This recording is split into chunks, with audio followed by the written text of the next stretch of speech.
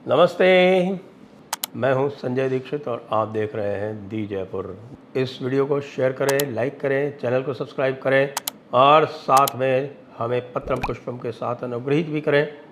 हमारी merchandise section पर आप जाकर अलग अलग आइटम्स को क्रय भी कर सकते हैं। बात करते हैं ईडी और ईडी के डायरेक्टर की। जी हाँ, कल सुप्रीम कोर्ट ने, माननीय माय लॉर्ड्स ने, ईडी के डायरेक्टर को दिया हुआ तीसरा एक्सटेंशन निरस्त कर दिया।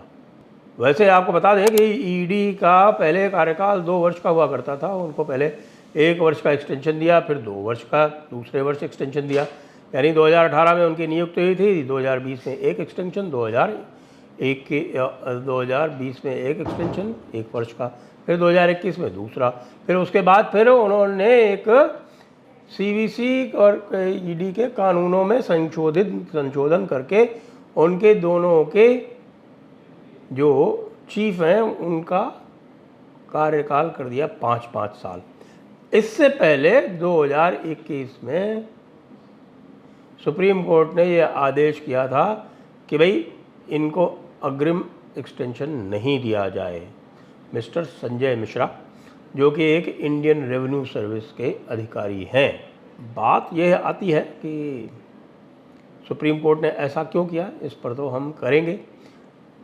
लेकिन सुप्रीम कोर्ट के आदेश में कुछ विरोधाभास है, और वो विरोधाभास ये है कि भाई आपने 5 वर्ष की टेन्योर के एक्सटेंशन का जो कानून बनाया था कि अब जो है सीबीआई की और ईडी के जो चीफ हैं उनका टेन्योर 5-5 वर्ष रहा होगा, उस कानून को तो उन्होंने कहा कि ये कानून तो सही है, लेकिन प्रोसीजर में टेक्निकल गलती निकालते हुए संजय मिश्रा के कार्यकाल को, जो तीसरा एक्सटेंशन उनको दिया गया था, उसको कर दिया अवैध के साथ। ये अवैध है।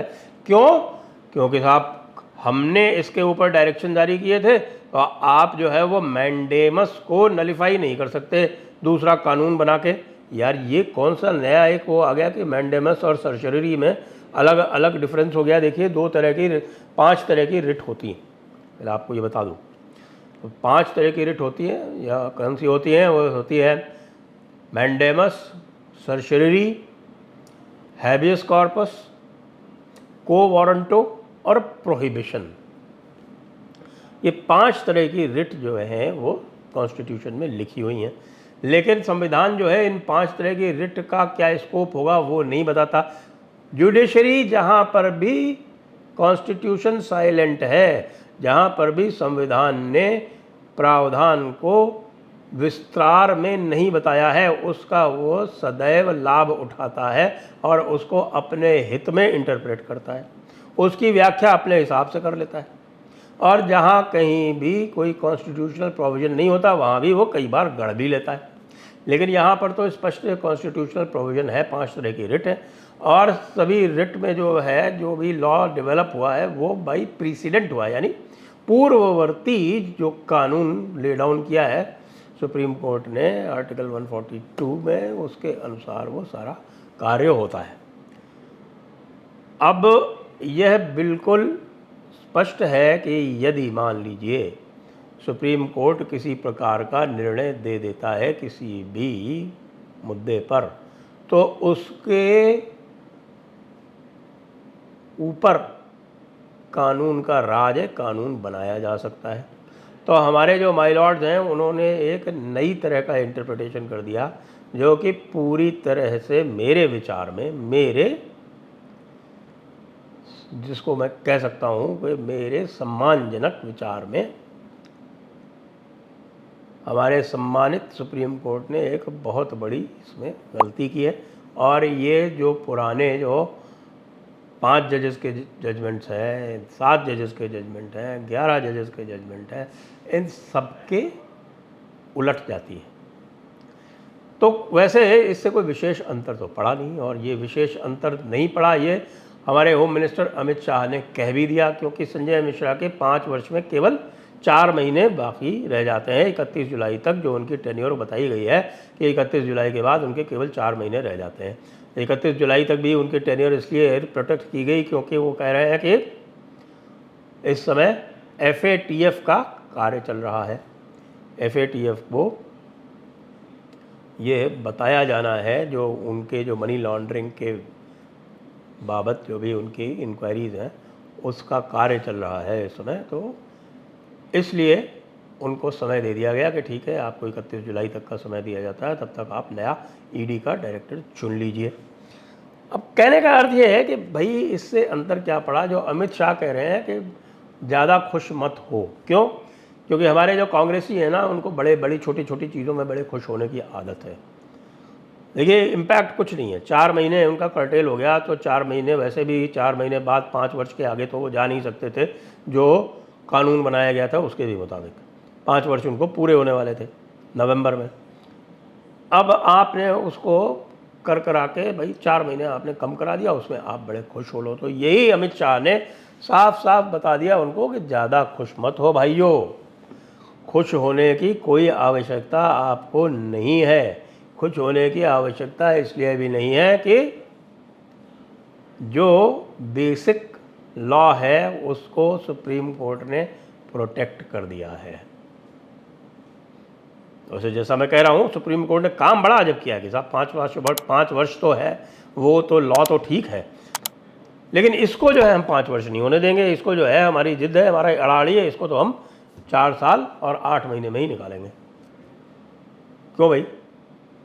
आपके किसी जान पहचान वाले के साथ या आपकी किसी शान में किसी ने गुस्ताखी कर दी क्या? वैसे आजकल तो माय लॉर्ड्स जो हैं वो बहुत पर्सनल भी हो जाते हैं, आप जानते हैं। इसलिए मैं अधिक कुछ नहीं कहता, मैं ये कहता हूँ कि इस निर्णय से कि साहब मैंडेमस को लॉ के जरिए चेंज नहीं किया जा सकता, इससे मैं कतई असहमत हूँ। लेकिन अमित शाह ने जो कहा है उससे मैं 100% सहमत हूँ। और अमित शाह ने ये कहा है कि आप लोग, यानी विशेषकर जो कांग्रेस वाले हैं, वह आप इतने प्रसन्न ना हो कृपया।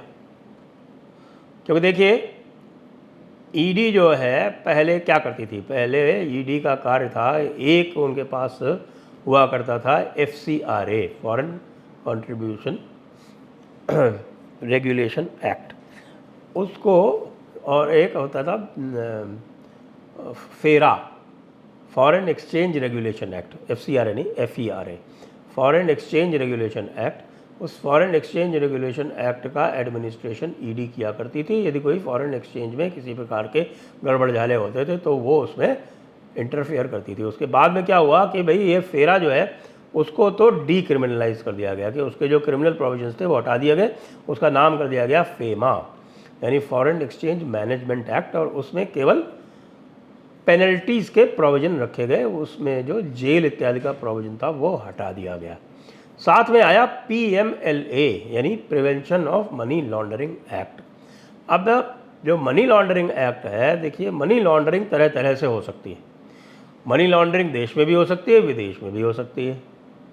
मनी लॉन्ड्रिंग सरकारी अधिकारियों के साथ भी हो सकती है, नेताओं के साथ भी हो सकती है, इलेक्शन में भी हो सकती है।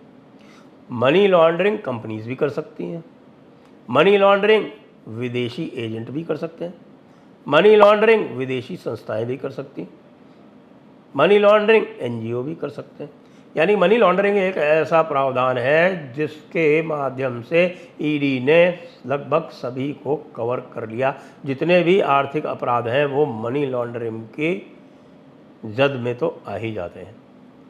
जैसे कि अभी आपने देखा होगा, हमारे यहाँ अभी एक एक्साइज पॉलिसी वाला केस हुआ मनीष सिसोदिया का, लेकिन जो एक्साइज पॉलिसी का केस है जिसको CBI कर रही है, उसमें उनको इतना ख़तरा नहीं है जितना साथ में 100 करोड़ रुपए के लेन देन का जो मनी लॉन्ड्रिंग केस जो ईडी ने दर्ज किया है वो है। क्योंकि ईडी के जो प्रावधान हैं वो जो पुलिस को, CBI को जो शक्तियाँ प्राप्त हैं उससे भी थोड़े बढ़ कर दिए गए हैं। विशेषकर उसमें एक ऐसा प्रावधान है कि वो जो भी कंप्लेंट दर्ज करती है ईडी, उसकी कॉपी उसको देने की ज़रूरत नहीं है। और इसको सुप्रीम कोर्ट ने ठप्पा लगा दिया इसके ऊपर, यहाँ ये आपके पास, आपको इसकी कॉपी देने की ज़रूरत नहीं है। और उसके अतिरिक्त भी जो ईडी की जो गिरफ्तारी है और जो उनकी बेल कंडीशंस हैं और जो उनके बेल प्रोविजंस हैं वो कहीं अधिक सख्त हैं। इसीलिए आप देख रहे होंगे कि ये PMLA जो है आजकल टेररिस्ट के ऊपर, आतंकवादियों के ऊपर भी प्रयोग में लाया जा रहा है, क्योंकि कोई भी आतंकवाद की घटना जो है वो बिना मनी लॉन्ड्रिंग के तो हो ही नहीं सकती। किसी भी आतंकी घटना के लिए आपको ब्लैक मनी चाहिए, और ब्लैक मनी आप हवाला के माध्यम से जैसे ही इधर उधर करेंगे, आप ईडी की जद में, ईडी की दृष्टि में आ जाएंगे, आप उससे बच नहीं सकते। तो इसीलिए अमित शाह जी कह रहे हैं कि भाई जी आप लोग इतने प्रसन्न मत हो, ईडी के पास जो भी केसेस हैं वो उतनी ही गति से, वो उतनी ही तीव्रता से, वो उतनी ही अनुशासन से उसी प्रकार चलते रहेंगे, उसी प्रकार उनमें इन्वेस्टिगेशन होता रहेगा जैसा कि पहले हो रहा था। एक डायरेक्टर के बदल जाने से कोई अंतर नहीं पड़ता। और वैसे बात सही भी है, किसी भी संस्था का जो एक संस्थागत उसकी जो शक्ति होती है वो इसमें होती है कि कैसे उसका जो आंतरिक, उसकी जो संरचना है, जो उसकी आंतरिक टीम है, वो कैसे शक्तिशाली हो, कैसे शक्तिशाली बनी रहे, जिससे कि यदि एक व्यक्ति कहीं इधर से उधर हो जाता है, उसका कहीं स्थानांतरण हो जाता है या वो नौकरी छोड़ देता है, तो उससे जो इन्वेस्टिगेशंस चल रहे हैं उनके ऊपर कोई बहुत अधिक प्रभाव ना पड़े। तो ये तो सभी होता है, आप जानते हैं। अब आप ये कह सकते हैं कि भाई कोई चीफ सेक्रेटरी चेंज हो जाएगा तो उससे क्या राज्य का संचालन जो है वो प्रभावित हो जाएगा? बिल्कुल नहीं होगा। कोई डायरेक्टर जनरल ऑफ पुलिस यदि चेंज हो जाएगा, यदि बदल जाएगा, तो क्या राज्य का संचालन या राज्य की पुलिस का संचालन उससे प्रभावित हो जाएगा? ना, बिल्कुल नहीं होगा। वो तो उसी प्रकार चलता रहेगा जैसे वो पहले चल रहा था। ये समस्या कभी कभी वहाँ होती है जहाँ पर अत्यधिक केंद्रीकरण हो जाता है। जब अत्यधिक केंद्रीकरण हो जाता है तब समस्याएं आती हैं। वैसे जिसको बोलते हैं ना कि भाई अति सर्वत्र वर्जयेत, अति तो किसी की भी हो तो वो अच्छी नहीं होती। तो अत्यधिक केंद्रीकरण और अत्यधिक विकेंद्रीकरण दोनों ही समस्या कारित करते हैं। तो अब अमित शाह जी क्या करेंगे इसकी हमें कल्पना ही की जानी चाहिए, क्योंकि इतने सारे नेताओं के विरोध, इतने सारे ईडी के केसेस चल रहे हैं, इतने सारे मनी लॉन्ड्रिंग के केसेस चल रहे हैं कि यदि ईडी सबके ऊपर कार्रवाई करके सबको गिरफ्तार करने लगे तो हो सकता है कि भाई यहाँ के जो नेताओं की जो पुरानी पौध है वो समाप्त ही हो जाए। हमारे तेजस्वी जी के ऊपर CBI का केस चल रहा है, उसमें भी ईडी का केस बन जाएगा, आप जानते हैं। हमारे केजरीवाल जी के ऊपर भी जो CBI की इंक्वायरी चल रही है उसमें भी मनीष सिसोदिया से संबंधित ईडी का केस बन जाएगा। हमारे शरद पवार जी के ऊपर जो केस बन रहा है उसमें भी ईडी का केस बन जाएगा। किसको आप छोड़ना चाहते हैं और किसको नहीं छोड़ना चाहते हैं, ये तो भाई अमित शाह जी अब निर्णय लेंगे। बाकी सबके लिए तो खतरे की घंटी बनी हुई है और टन टना रही है, टन टना टन, टन टना टन। जय हिंद, वंदे मातरम।